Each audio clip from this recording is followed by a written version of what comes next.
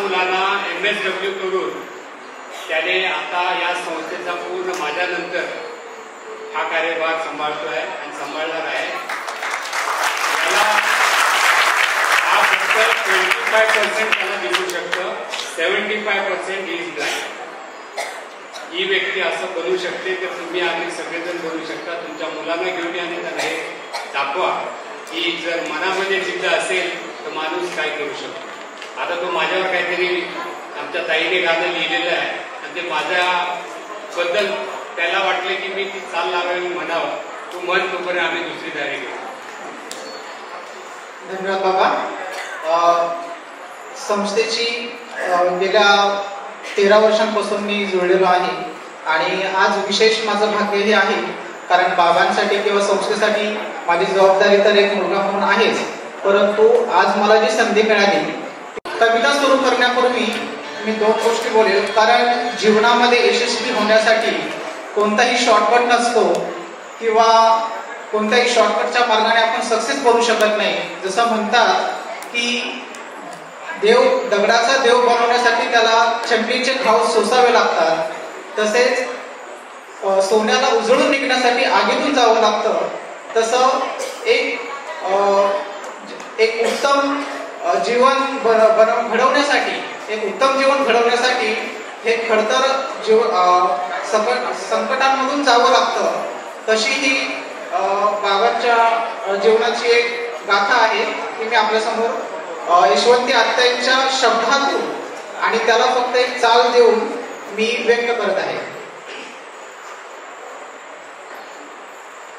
मी पाहिले तुला रे आभाळ पेलताना, मी पाहिले तुला रे आभाळ पेलताना, ठिगळास साधणाऱ्या धाग्यास शोधताना, ठिगळास साधणाऱ्या धाग्यास शोधताना, मी पाहिले तुला रे आभाळ पेलताना, मी पाहिले तुला रे आभाळ पेलताना, कोमल भावनांना घेऊनी फक्त हृदयी, कोमल भावनांना घेऊनी फक्त हृदयी, वनव्यात पेटलेल्या अनुवानी चालताना, वनव्यात पेटलेल्या अनुवानी चालताना, होते वयही चिमणे भोवती जगही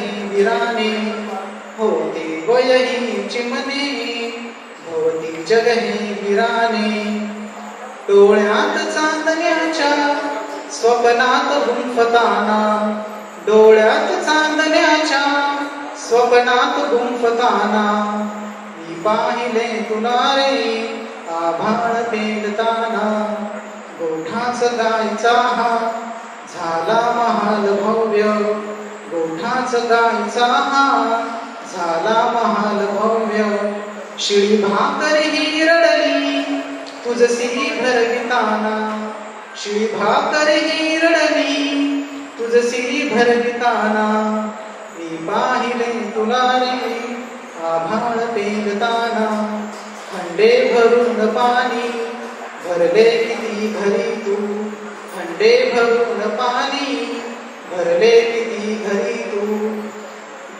चिमणी हात नाही थकले भांडी विसळताना, चिमणे हात नाही थकले भांडी विसळताना, मी पाहिले तुला रे आभाळ पेलताना, मी पाहिले तुला रे आभाळ पेलताना, बेनी फणी कोणाची नदीशी धोबी घाट, बेनी फणी कोणाची नदीशी धोबी घाट, कर्तव्य पार गेले तू घास भरविताना, कर्तव्य पार गेले तू घास भरविताना, मी पाहिले तुला रे आभाळ पेलताना, मी पाहिले तुला रे आभाळ पेलताना, भाजून शेंगदाणे केली जरी कमाई,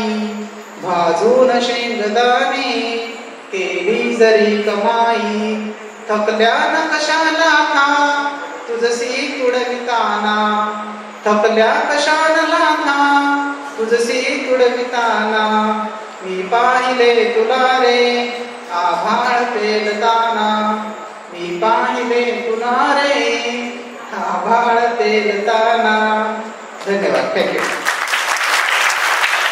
आभाळ पेलायचं असतं हे मला माहित नाही, परंतु परिस्थितीने जसं मला वाढवलं तसा मी वाढलो आणि ज्या एक दाण्यासाठी मी तरसलो तसं या मुलांनी कोणी तरसू नये एवढीच प्रभुजवळ मागणी आहे.